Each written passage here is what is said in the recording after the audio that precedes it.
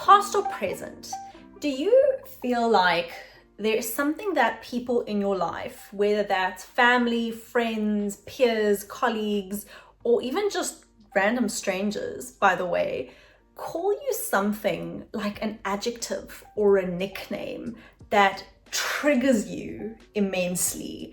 And by that I mean that you feel like this adjective does not reflect the person that you are, you want to be, you are building for yourself, and yet people still keep calling you this.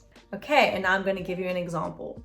So you can't really tell via YouTube, but I'm quite petite physically. I'm 5'1", and for the people, I just work off feet in height, even though I work off the metric system, weirdly enough. But in high school and for a time post high school, people called me the word cute. They called me cute, and they especially called me cute when I was around mid-late high school, where that was not the adjective that I was going for. In fact, that was a time of grappling with my womanhood in more deep cultures of the past and still of the present. We practice rites of passage, and that would be the time of my rite of passage into womanhood and into stepping into a bigger sense of my femininity and womanhood and who I want to be in the world. And sure, becoming aware of the boys and, other aspects of life. And at my school, we wore uniforms, but on the occasion, we would have what's called a civvies day, where we could dress up in plain clothes, normal clothes. The amount of effort that I used to put into those days, not just to impress the boys, but to impress everybody and step into that part of myself of being beautiful, feminine, hot, whatever I was going for. And, of course, I was in high school in the 2010s, and so there was a very unfortunate period of straightening my hair at like 6 a.m. in the morning and frying my baby hairs. I'm sorry, my hair, my culpa. It was a very tumultuous time for me figuring out who I am. And I mean, isn't that just high school, right?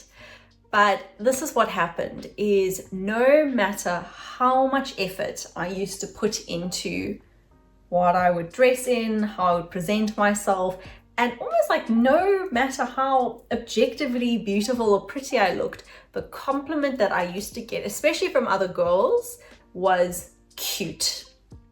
And not even just from my peers, from family, from people that I would interact with.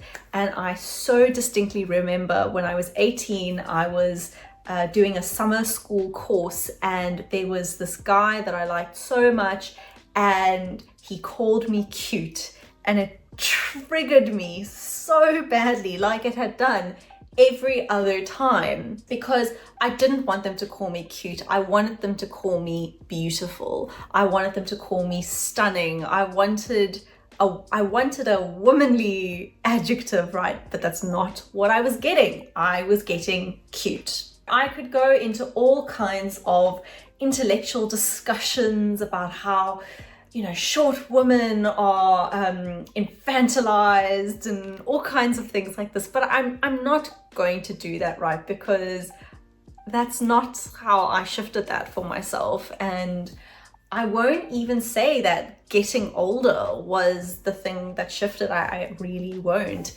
Because what I noticed is that as I started working with what was femininity to me, what was womanhood to me, what is sensuality, sexuality, all of these things that one steps into. But even beyond that, like what is power for me? What is my power? What what do I bring to the world, and how do I choose to present myself? How do I choose to speak with people? And there was a huge, I always want to do a graph of, there was a huge graph of developing my self-esteem post high school, where between you and me, I was an absolute effing wreck. I was a nervous wreck into my student years, and I had so many insecurities that people could sense that. I'm not even going to kid myself that people couldn't sense that. And so to sit back and realize how I grew myself that way, and that is another video I'm going to be recording about how I actually grew past these insecurities, massive social anxiety and insecurities that I had through experimenting with my fears. We'll talk about it. I promise. But what I noticed is that as I stepped out of being girlish, and by that I mean the cute, as I stepped out of that beingness, and let's just say, like, there's absolutely nothing wrong with being cute.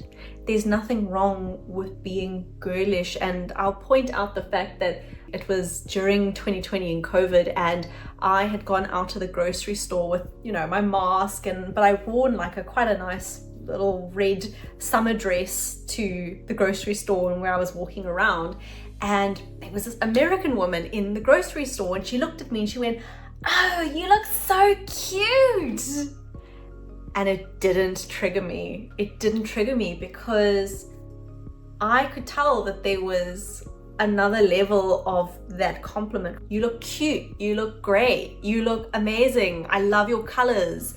I could sense that that was a level of that comment, that adjective, that compliment, that I could never get in touch with before, because all I could feel was my triggering around what that word meant for me, feeling invalidated by other people, that I was not goddess, beautiful, stunning, all these things that I wanted, right? And I wanted that affirmation. But the moment, as if it happened in one moment, but the period as I worked on that myself, I stopped needing to get that affirmation from others that I looked beautiful, I was beautiful. I stopped yearning for that in this, like, I'm touching my stomach here, but this very desperate, insecure way that, whatever extent we feel these things, we can have compassion for ourselves, right? Because they came out of innocent places in ourselves. And here's the thing, right, is probably since the American woman in the grocery store, I have not been called cute in years. I haven't been called cute in years. It's just not happened. I haven't gotten any taller, but there was an energy shift. And that's the thing that we have to look inside ourselves about. Intermission from editing Ante to say that literally this week I was at an event where a man called me cute probably about 10 times across the whole evening, but I felt nothing. It's probably the first time I've been called cute since the American woman in the grocery store. But here's the thing, is I could tell that it was a different cute. It was a different adjective. It was a different compliment than what people were calling me in the past, completely. Because if other people are calling you something that triggers you, the question is, why does it trigger me? And what am I giving off that other people call me that?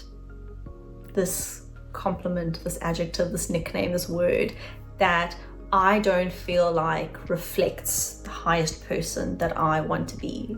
What am I giving off? And by the way, this is not to say that we could never tell someone, hey, like, I'd appreciate if you didn't call me that. But this is the thing, when we are still in that triggered space, I almost feel like it's impossible to fully address that, because we haven't shifted out of the energy and the beingness that caused that person to call us that in the first place. So we might go like, don't call me that. And then of course, what's the reaction usually, especially if it's like a family member? It's like, ha ha ha, like doubling down, right? Still wanting to call you that because it's coming out of defensiveness. It's coming out of the triggering. Whereas if we sit with it and we're like, hey, I'd appreciate if you didn't call me that. It's not really what I want to reflect into the world, and what I want to be called is ABC. And it could even be a really interesting moment to have somebody reflect back to you about maybe why they call you that nickname or that comment, right? And it could be them, right? It could be something that, like, you know, other people don't live in our minds, they don't live in our experience, and so they're not always privy to the shifts that we have as people. And so they call you this nickname ad infinitum, but actually, like, you've moved on from that, you've moved on. And so sometimes it's nice to cat and disrupt and say to people like, hey, I don't actually really resonate with that nickname anymore. Like, I appreciate that it might, you know, it comes out of a good place, perhaps, if it's a benign nickname. If it's not, that's different. But it can be good to point out to people, hey, I would like you not to call me that anymore. It's not what I want for myself, and that would be fantastic if you allowed that for me. And of course, if they don't, that's something to watch, right? But as I said, I feel like for these, almost I want to say like under the radar triggers that other people don't notice is happening for us, like it's not something that they're trying to actively trigger us about. Like people calling me cute, nobody was trying to actually maliciously say that to me. There's nothing cruel about it, but it's not what I wanted. It's not what I felt I wanted to reflect into the world. So in this case, doing that work on myself and shifting the energy myself was the biggest deleter of that word in my experience that I could do. So this is my invitation to you to get out a journal or sit in self-inquiry or meditation and ask yourself, is there something, and usually like think of what the first thing that comes up for you, hey, is there something that I find very triggering when people call me this? Is there a word? Is there a nickname? And ask yourself, why does it trigger me? And what is it that I need to build within myself and potentially within my outer reality to move past that name? And I'm telling you, that process is the most worthwhile thing you could possibly do, because on the surface it's like, oh, this girl had this thing about being called cute, like pff, right? No, that translated into 10 years of self-growth that I wouldn't have missed for the world. And you know, I had a friend who was the same age as me, also quite short, and she was still struggling with her self-image, and you know, like zero judgment to that. Like, she was where she was, and people still called her cute. People still called her cute, and she was still triggered by it. That's where we need to start noticing things. So I invite you, if you feel comfortable, to share in the comments if there is one of these words or nicknames that triggers you, and what you might think that the inner trigger or the thing that is there about that for you, and share that in the comments. If there's anything else that resonated with you, please drop a comment. I would love to engage with you.